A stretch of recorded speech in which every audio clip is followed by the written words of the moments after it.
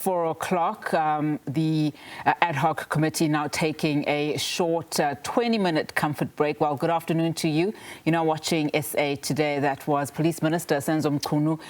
For the better part of his testimony, he's been defending his decision to disband the Political Killings Task Team, the PKTT, as it is now known, contained in that letter dated 31 December 2024 from Minister Mchunu himself to the National Commissioner General Masemola. He's been listing several reasons.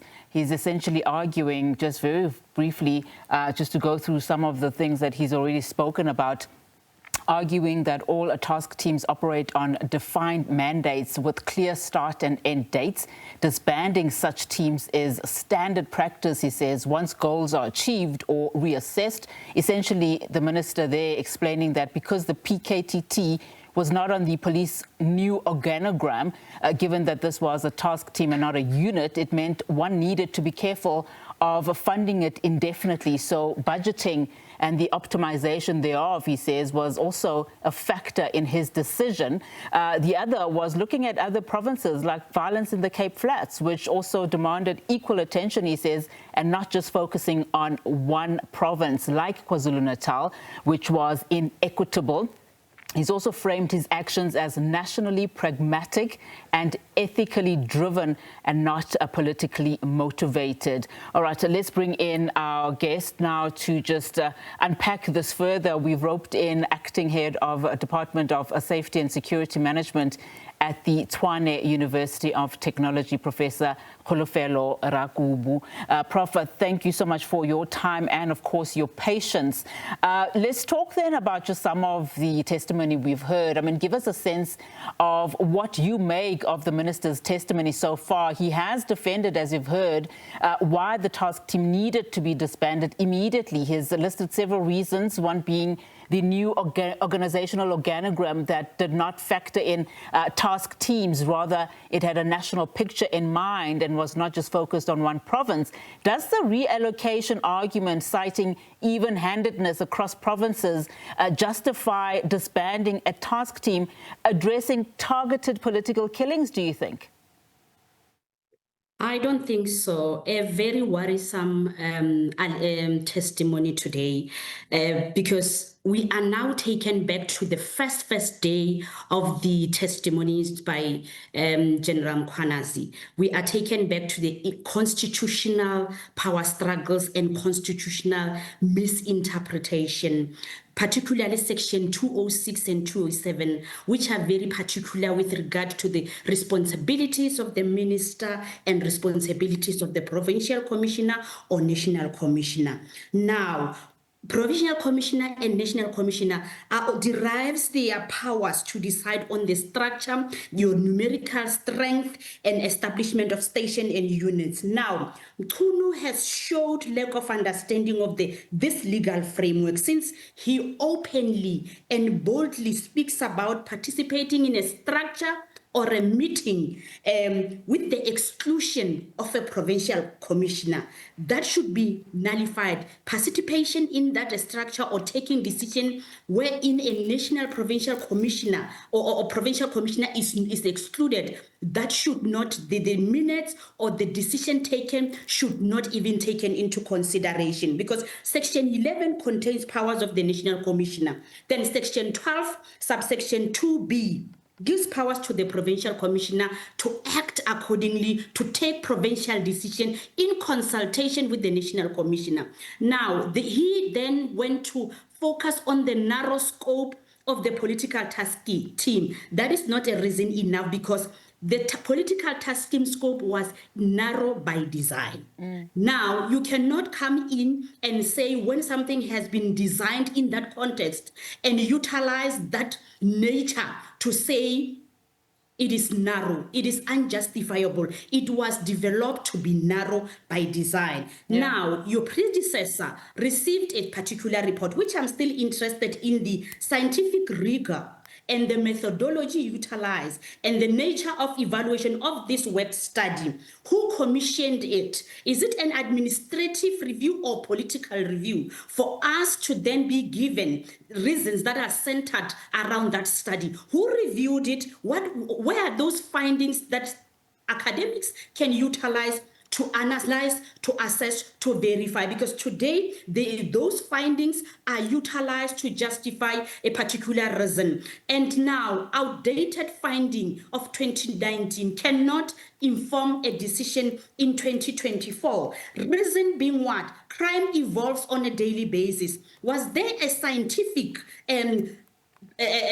report that informed Mchunu that although the study was conducted in 2019, the status quo or the responsibilities or challenges faced by the political task team are still as the findings of 2019? There is no such. But again, we're still hopeful to hear how the minister will self-implicate, because he's trying here to present himself as a victim, and I'm hoping not to hear of political or institutional sabotage, because he boldly cites this the legislative, and he shows lack of understanding in the legislative mandate that gives national commissioner powers, provincial commissioner power, and his political decision or policy related decision. And Prof, he might just argue that too, you know, given that your point about the study that crime does evolve, which is why he probably then wants it to be a focus across the country. But I want to just then ask you on a question that he was asked repeatedly on. He was asked on whether or not he consulted with General Masemola and Lieutenants Generals Mkhwanazi and Khumalo before his directive on the 31st of December. I mean, the answer that he gave was essentially no, given that he had meetings, he says, with police management, including General Masemola on the 1st of November as well as the 22nd of November 2024, before he sent that directive, in which he says the police and the organizational structure issues were discussed. I mean, what are your thoughts then in terms of how he's handled that particular question?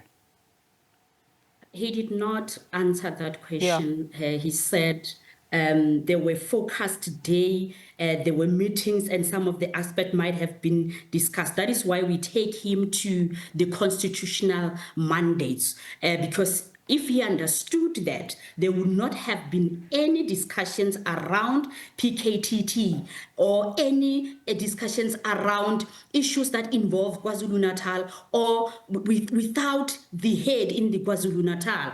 Now, there was no consultation. He's just been evasive. He's just been safe.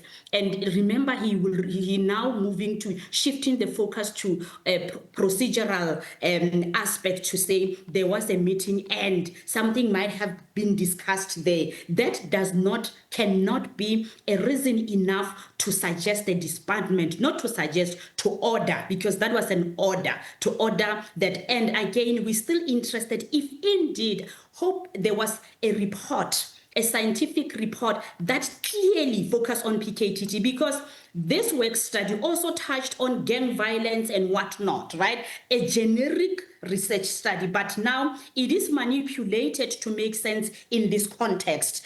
There must have been a study that clearly focused it from page 1 to last page, focuses or zooms into the work and issues, frustration, policy that governs PKTT, for it to advise on a disbandment. And if a disbandment was not political, it could have been transparently discussed or openly discussed or timelessly discussed, where all interested parties would have been given an opportunity to come and defend. Your predecessor received a report and proceeded with that report. Then you come in without a scientific information or report to then implement a decision, a finding of the 2019. Why don't you now zoom in to assess issues that maybe were highlighted pertaining to PKTT, and then tell South Africans, if you are unable to dwell into the identified issues, for you then to rush to PKTT, because PKTT was dealing with a very complex investigations.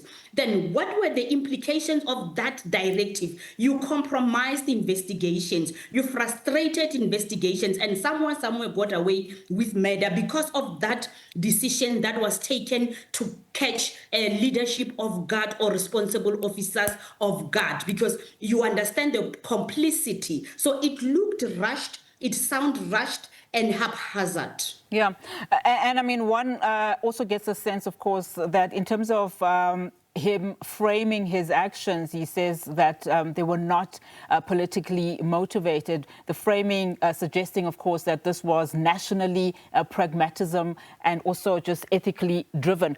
But given the timing of the PKTT's disbandment, that was also in question.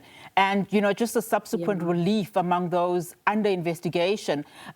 Could this decision be viewed as politically protective rather than administrative, do you think? I mean, especially given what we've been hearing so far at the Ad Hoc Committee, but also at the Madanga Commission, especially when you consider the evidence before the Commission, you know, suggesting that the timing and the beneficiaries of that decision did raise red flags. It sounds politically driven. It's not ethically driven. Should it be ethically driven, there should be transparent and ethical processes today that we could revisit that took place on that day or during that time for us to assess if all protocols were observed. At this stage, a critical protocol, which is an inclusion of critical stakeholders, is absent. Whether you justify it as political or as ethically driven, it lacks ethical aspects. Therefore, it cannot even qualify to even come to that. Lack of understanding of the constitutional mandate, that raises a red flag. That is a serious issue. It talks to the previous, even the previous testimony, CBS testimony, where he lacks understanding of the nitty-gritty of what? Crime intelligence. Then the minister comes in and comfortably talks about his lack of understanding, because the minute you say, I chaired a meeting or I was in a meeting in the absence of this person and that person, clearly you've lost it. Yeah, I just want to remind our viewers, Professor, that the Ad Hoc Committee is on a comfort break. They are meant to return at 16:40. It was a 20-minute comfort break. But I want to continue on this, Prof. You know, from just the policing governance point of view or standpoint, what oversight mechanisms should exist before a minister disbands a specialized task team like the PKT? And I want to expand on some of the things that you've already spoken to. The minister, in fact, testifying and saying that a minister cannot have less power over the PKTT as it is part of the interministerial decision. We've heard this, of course, from Mkonazi in terms of how President Cyril Ramaphosa first dealt with this matter. With an oversight mechanism, consultation. He was new, right, in the position.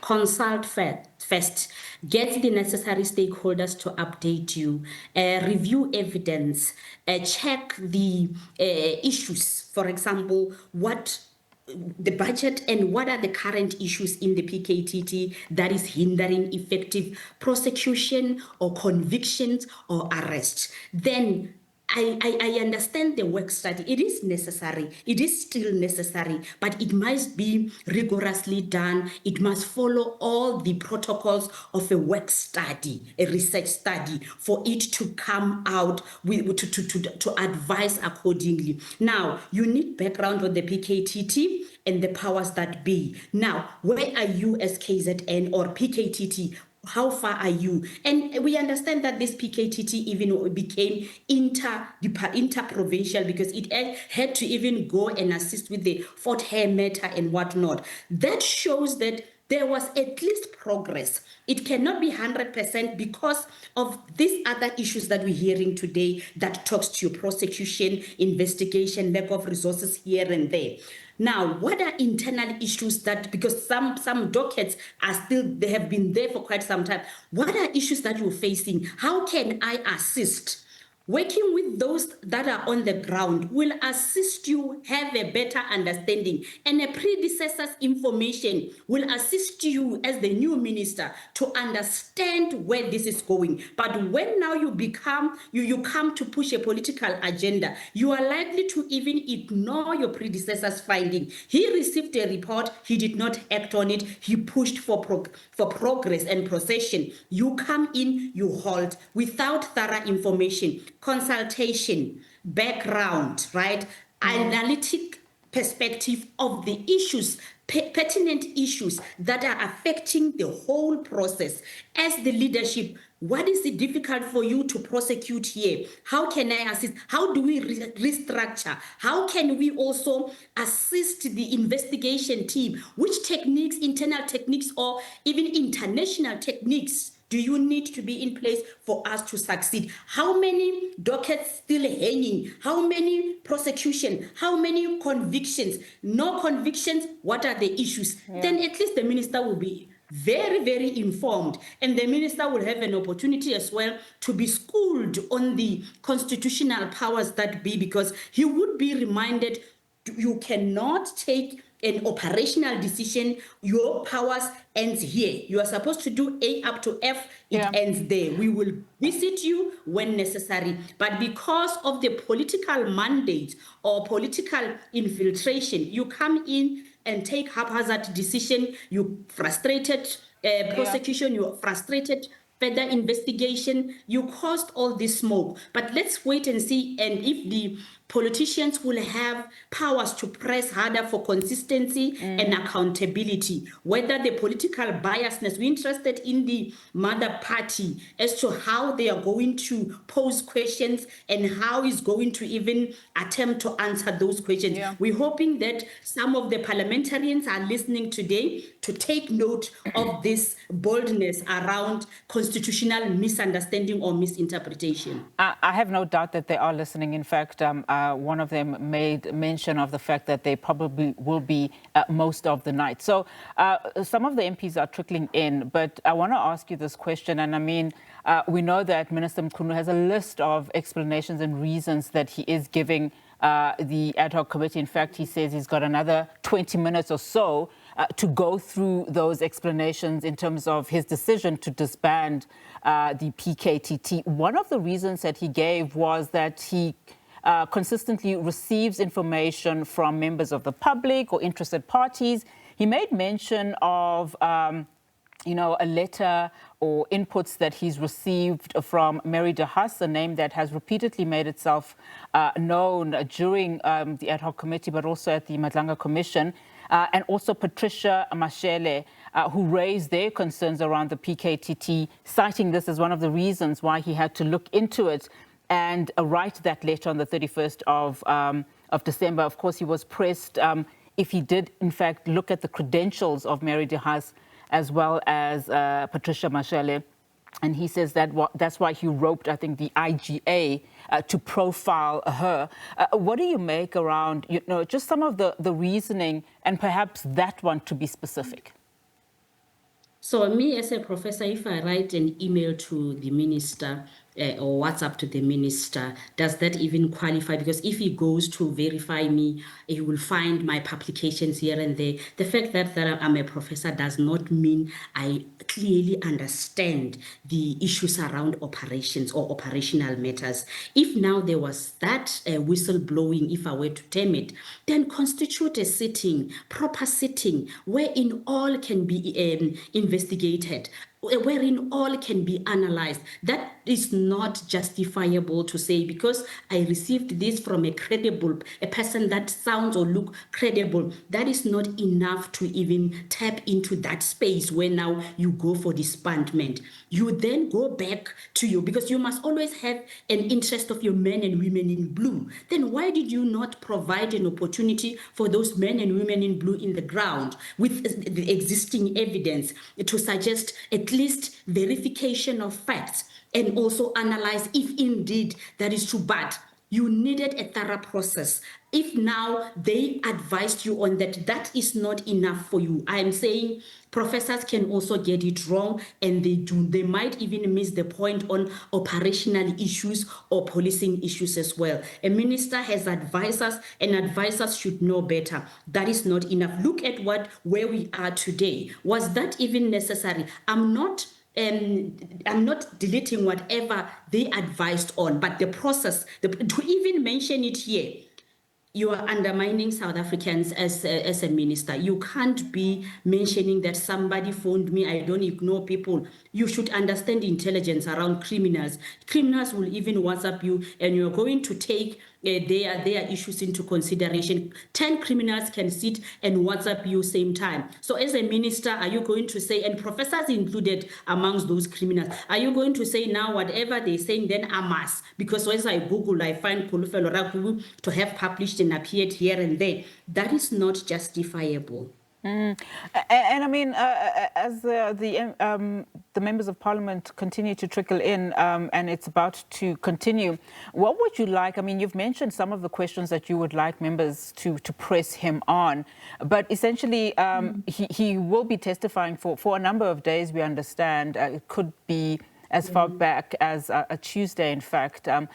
This probe and line of questioning is quite different from what we're seeing in the Madlanga Commission. And we know that that process has got a three-phased process. But what would you like to see just in the next few hours, the MPs press on the minister?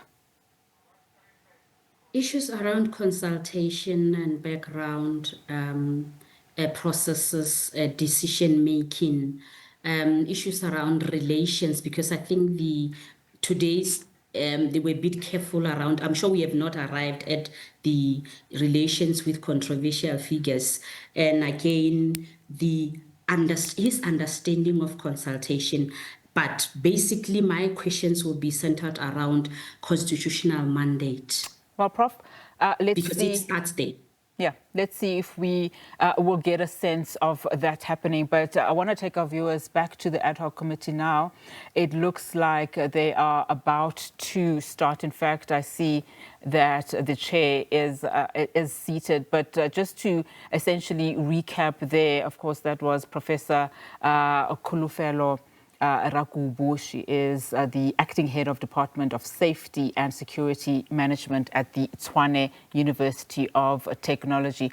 Of course, the minister has also taken his seat now and is expected to, for the next 20 minutes or so, as he's indicated before the adjournment, the short adjournment, that he will continue to list some of the reasons that he wrote that letter on the 31st of December 2026, essentially calling for the immediate disbandment of the PKTT. We've heard, of course, from General Masemola saying that he would have liked to have seen a phased approach to the disbandment of the PKTT at the very least, as opposed to not abruptly, disbanding it. But let's see if we can listen in